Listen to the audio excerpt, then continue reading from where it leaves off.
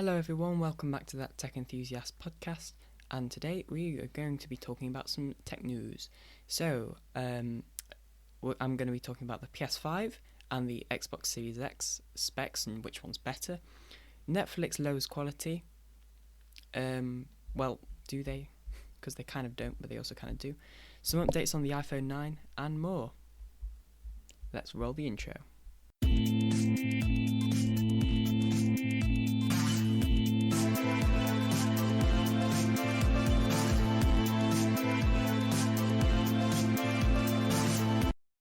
Okay, so let's get started. So first of all, I'd just like to start off by saying that I've been recording in mono instead of stereo, so it's only been coming out of the left ear, I think it was coming out, or speaker, instead of the right one. So they should now be both coming out of both sides. I don't know how I haven't realised that, but there you go. Okay, so right, let's get into it. So let's start off with the PS5 versus Xbox Series X, because that's like the main thing that I hear people talking about right now. Alright, so the release date is just all that's been released about the release date is holiday 2020, probably the summer holidays. With regards to which is better, the Xbox appears to have a slightly better processor, however the specs are still pretty similar. And if you think about the last gen consoles, if you think about the PS4 was significantly more powerful than the Xbox. This time it's like slightly more even, so the PS4 is only slightly better than the Xbox. Whereas the other way around, the Xbox was only slightly better than the PS4. Whereas last time, I'm confusing myself. Okay, right. The PS4 last time was better than the Xbox by a lot, but this time the Xbox is slightly better than the PS5. There we go. That's what I've been trying to say, but I just can't speak today. So they are both going to be able to do 8K, both 120 frames a second and 128 hertz refresh rate, but not at the same time. That is really important. It will probably be 4K with 120 frames, not 8K with 120 frames. And also, you've got to also remember you need to have a TV that can do that resolution, and you have to have a good enough TV anyway. And unless you just got to have a good enough TV, like. They both will have a custom SSD, and there'll probably be an NVMe drive. The Xbox has ray tracing, and I haven't seen anything that suggests the PS5 has ray tracing, but it probably does, because, yeah. If you're wanting to be eco, then don't buy the Xbox. Okay, I'm kidding, that's a bit clickbait, but the PS5 takes less power and is more energy efficient than the Xbox. The Xbox takes twice as much power as the Xbox One, according to Digital Foundry, and as a result of that, it will also be pumping out more heat as well. Whereas Sony have said that the PS5 will be more energy efficient, possibly even more energy efficient than the PS4. So that's interesting. With which one I'm going to buy, well, I'll go over the specs first and then I'll say which one I would buy. So just before I do, I would recommend, if you want to see more information about the specs than what I do tell you in a second, then I would recommend watching Austin Evans on YouTube. I will link in the top right corner. I'll probably also be showing a bit of his footage on screen right now for people that are watching. He goes way more deeper into it. The other thing Xbox has got is full backwards compatibility. I can't remember, I think it's all the way back to the Xbox 360. But don't quote me on that. But I'm pretty sure it is. The PS5 only has backwards compatibility all the way to the PS4, and not every game on the PS4 either. They say they want to make most games on the PS4 be able to also go on the PS5, but not every game will be able to. So, you can assume that all the high-end titles will be able to, or all the popular ones. So, Minecraft will probably have backwards compatibility. Minecraft for PS4 will probably be able to go on PS5. And yeah, just high-end popular games. Something else that's worth mentioning actually is the Xbox could potentially do 8K at 120 frames a second in like a really old Xbox 360 game. That's the only time that they're going to be able to do both of those things at the same time. That's probably the only time. Right, so the specs. Let me get the specs. Where have the specs gone? I've lost the specs. How many times can I say specs in one sentence? Right, it is manic. Okay, here we go. Right, the CPU on the Xbox Series X is an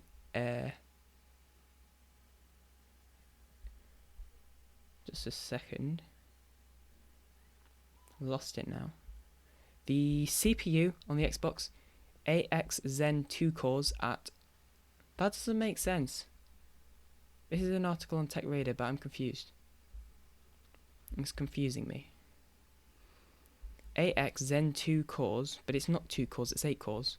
Okay, well, it's an 8-core Zen 2 running at 3.8 gigahertz.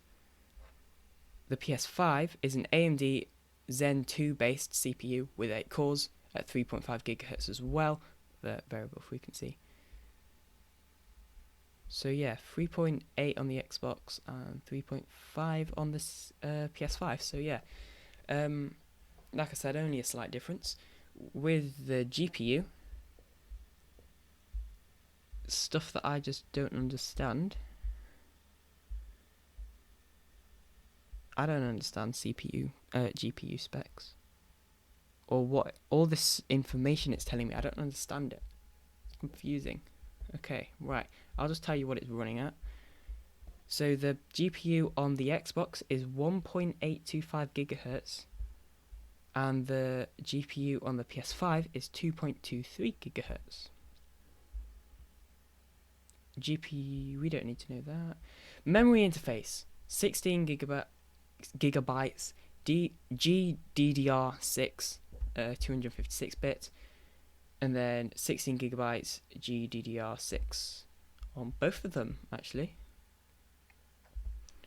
Right, okay. Internal storage for the PS5, a custom 825 gigabyte SSD, and then for the Xbox Series X, 1 terabyte custom NVMe SSD.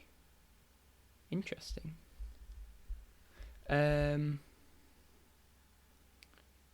Expandable storage on the PS5.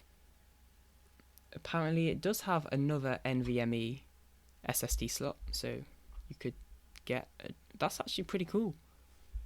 And also USB hard drive support for PS4 games only on the PS5. And then on the PS5 doesn't have ray tracing, actually. I lied earlier, it does not have ray tracing.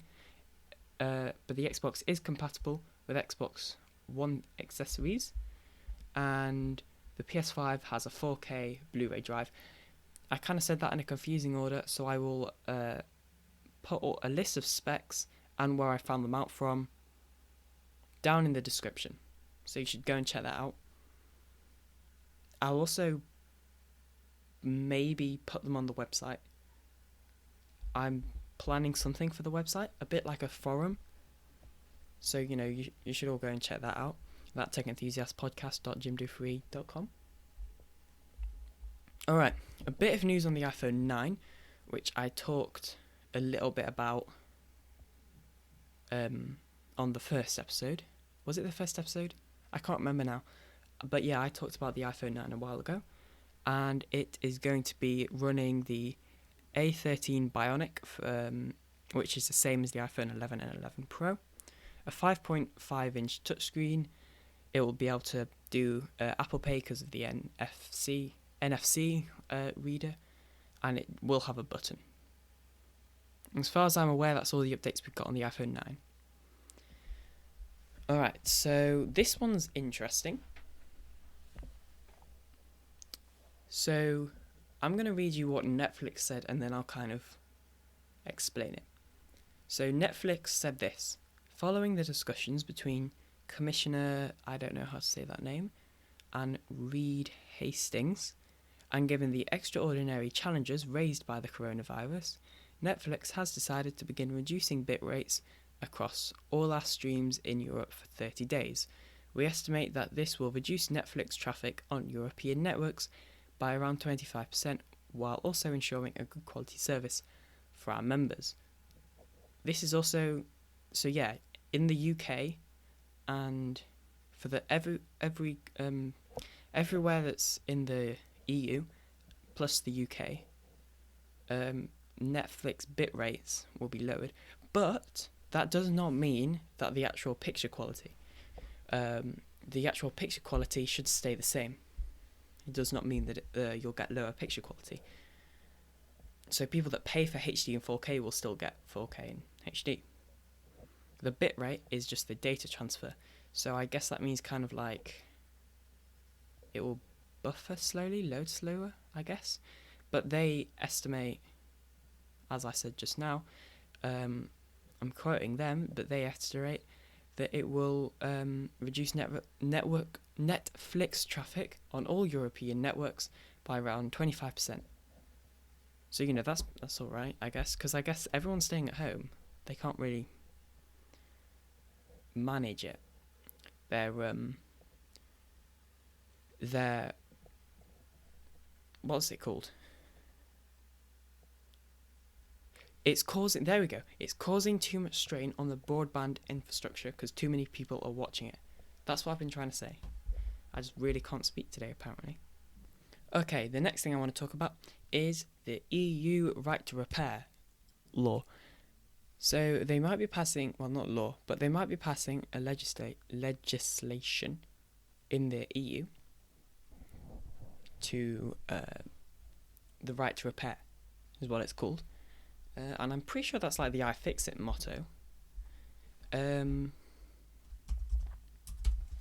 But basically, it means all consumer electronics, including phones, tablets, smartwatches, presumably smart speakers as well, like the Google Home stuff and whatever, all of that stuff should be affected by this, I think. And one of the things promised is all packages should be reusable or recyclable by around 2030. That's one of the things that they've kind of like said that they want to try. I think that's the most interesting bit. And then the other bit is that like kind of being able to have access to the tools, which you kind of already do with iFixit. So I think it's mostly having access to the parts to actually repair the phones, because you can buy parts directly from iFixit, but basically you most of the time, like I believe the way iFixit do it is they buy phones or send in phone, or you send in phones to them to be recycled. They will take out all of the good parts, I think, or the parts that are working. I think that's how iFixit parts are, and then they'll just be resold, those parts. In other places it could mean that they're just third-party things, so like third-party batteries or logic boards, and that's not as good. So my understanding of this legislation is that that you as the consumer should be able to repair your device and be able to have the parts to repair it, or be able to buy the parts to repair it. So that could potentially mean that phone companies and stuff have to sell replacement batteries, or replacement screens, for an example, which I think could be good. With the tools, to be honest, most of the time you just need like a screwdriver or a heat gun. Or the way I use it is I just borrow my mum's hairdryer to open anything that needs a heat gun. Because I did do a battery replacement once on an iPhone. If this legislation is passed as well, then it will probably also affect the UK as well, because chances are companies aren't going to change the product just for the small UK market.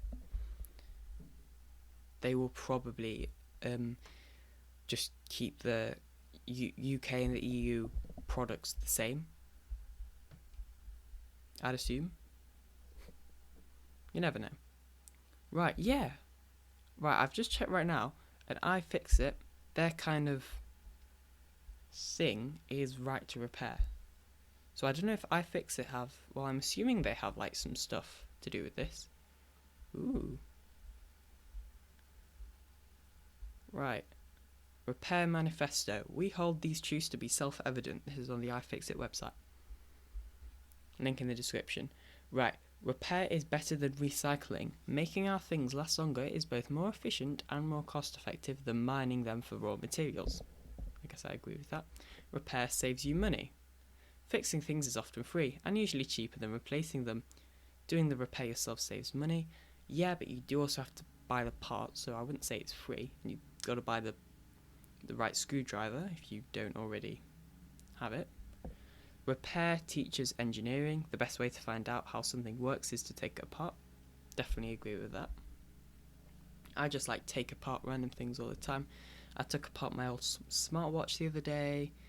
I've got two fairly old computers pretty much right next to me now, and they're both the same model, and I'm just moving the stuff from one into the other. And then the other one is repair saves the planet.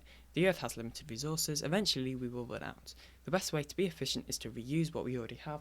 I would imagine that's one of the main reasons that this legislation is like being talked about, and that's probably the main reason why it might be happening.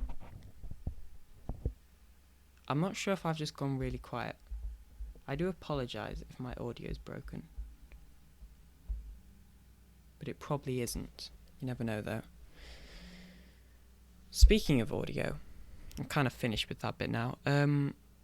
I've been trying to improve my quality over the past couple of episodes, and I think it's worked. I have turned up my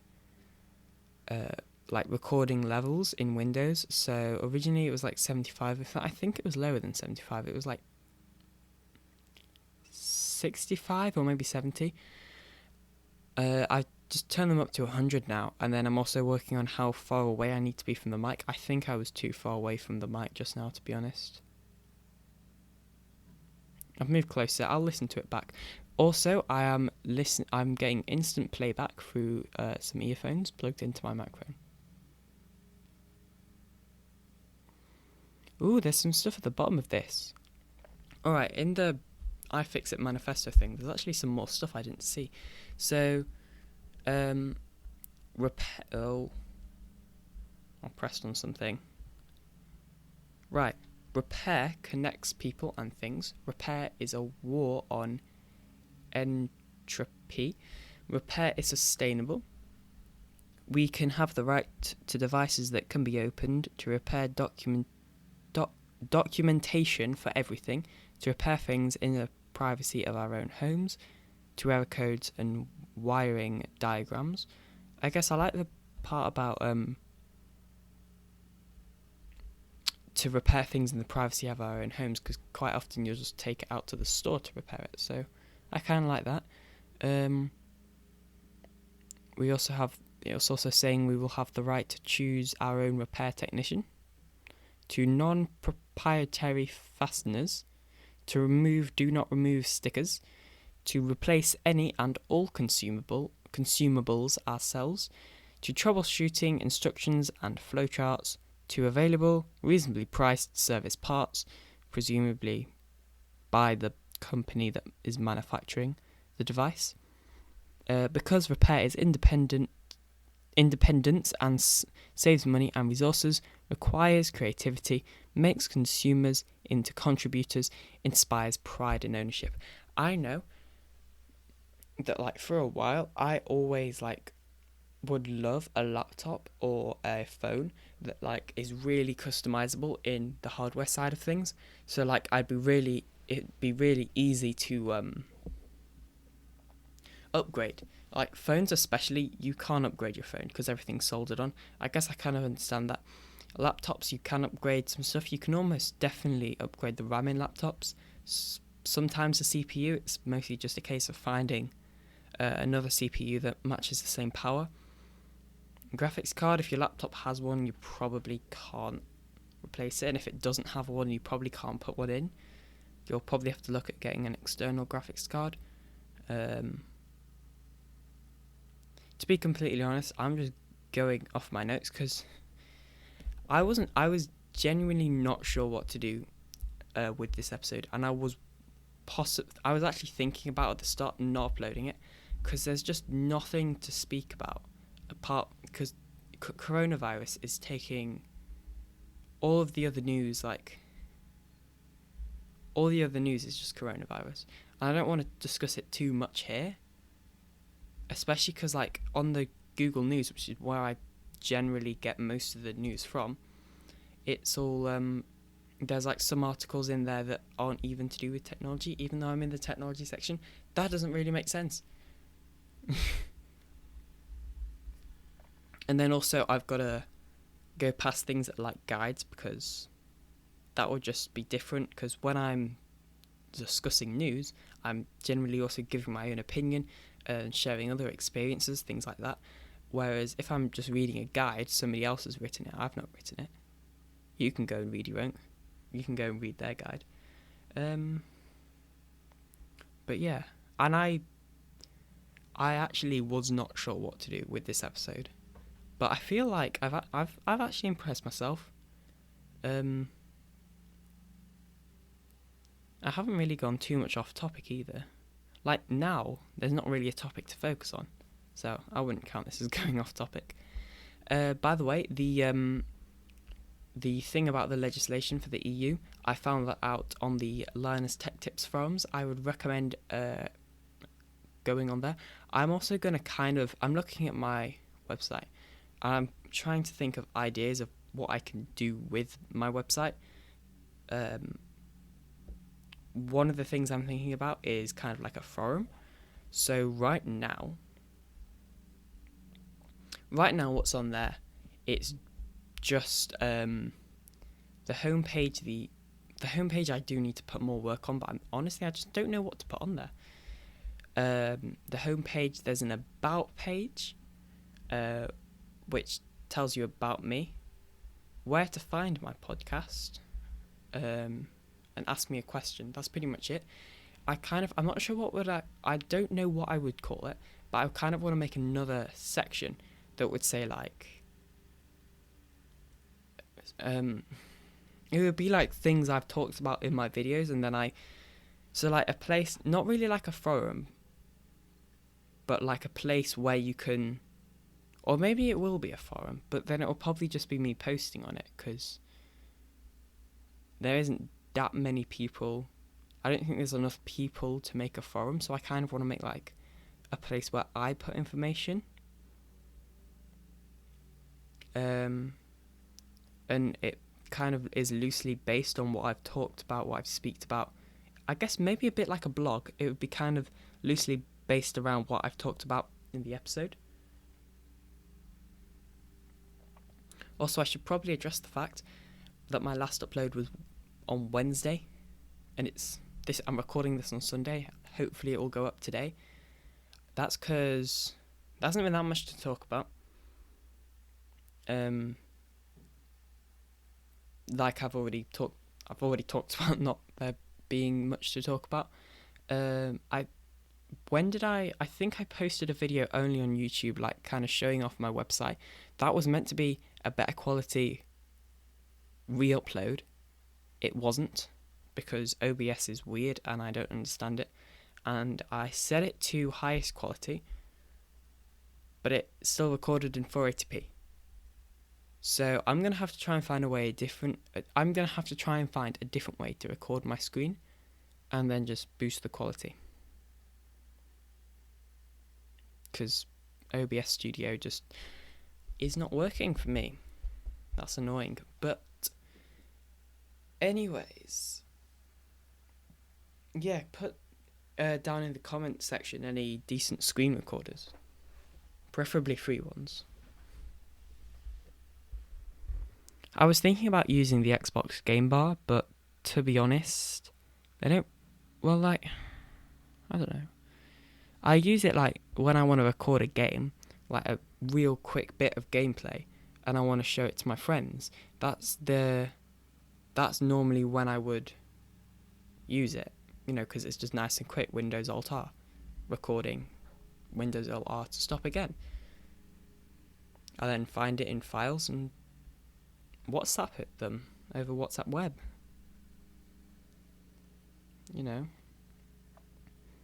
Maybe I'll try and use that. I don't know. Also, another announcement is I might be getting Twitter, because why not? So yeah, I might be getting a Twitter page. You'll probably find out soon. And yeah, that's pretty much all I've got time for today. Thanks for listening. Don't forget to subscribe to me on YouTube. Don't forget to check out... Okay, right. I'm going to actually do this properly. I mentioned in the last That Tech Enthusiast Shorts episode, I did mention that I'm bad at doing this sort of stuff, so I've got to try and get better at it. So this is just a nice reminder. You can listen on Anchor, Spotify, Apple Podcasts, Castbox, Pocket Cast, Radio Public, Stitcher, and Breaker, as well as watch on YouTube. Also, you can listen on my website, but I don't know if you close it. If you're watching on a phone and you try and... Wait, can you? You used to be able to, but apparently you can't anymore. Where's that gone? Okay, I'll fix that later. But, yeah. You're going to be able to listen on my website soon. And I will hopefully see you guys in the next video, episode, whatever you want to call it. 27 minutes. Oh, I should have tried to stop it on exactly 27 minutes. That's annoying. Maybe I'll try and stop it on... Alright, I'm going to try and stop it on 27 and 15 seconds. Right, I will see you all later. Thanks for listening. Bye.